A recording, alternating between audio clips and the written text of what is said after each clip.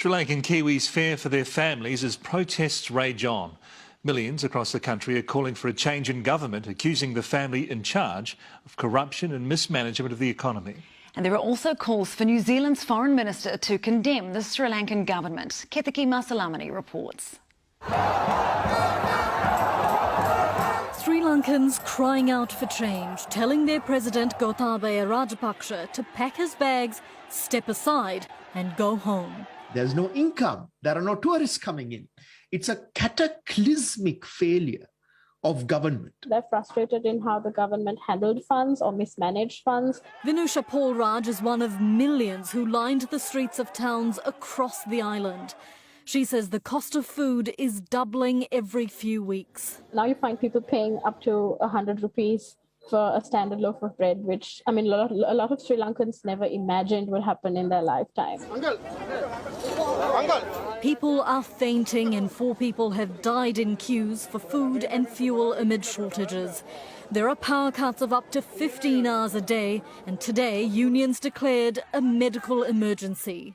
In response, the president imposed a 36-hour curfew, temporarily cutting access to social media and contact with families overseas. It's the 3rd time in recent years access to social media has been halted. And for many Sri Lankans, like Suveen Sanis Valangampola, who live in New Zealand, it's an anxious wait to hear from loved ones. Hello? Mama. This time, people circumvented the blackout through the use of VPNs. We did have family members trying to reach us, but fortunately Sri Lankans were ready. The result saw the hashtag GoHomeGota trend worldwide, and the global diaspora added their voices in protest against the president, taking to the streets in the US, Australia and around New Zealand.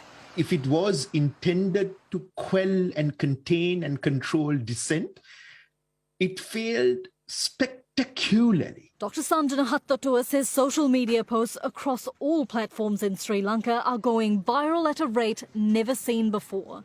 Even the president's nephew, the digital minister, condemned the blackout using Twitter via a VPN. Protesters are calling for those responsible for economic mismanagement to be held accountable. Sri Lanka is not poor. We weren't poor. We were robbed. With protests showing no signs of stopping and the president showing no signs of stepping down, there are fears over what could happen next. Kethiki Masalamani, News Hub.